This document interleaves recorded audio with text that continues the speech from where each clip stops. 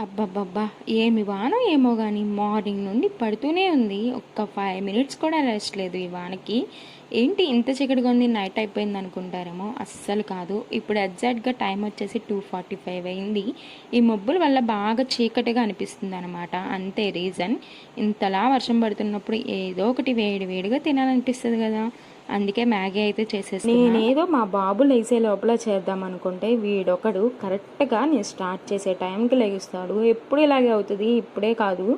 ఇక నాకైతే తప్పదు కదా, అందుకే పక్కనైతే కూర్చోబెట్టుకున్నా, ఎటువంటి ప్రాబ్లం ఉండదని. హ్యాపీగా కుకింగ్ చేసేసుకోవచ్చు అనుకున్నా. కానీ నేనైతే ఒక విషయం మర్చిపోయా, వీడికి న్యూడిల్స్ అంటే బాగా పిచ్చనమాట.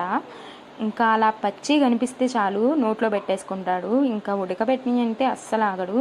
ఇది చేసేంత వరకు నన్నైతే పీక్కు తినేసాడనమాట న్యూడిల్స్ అని.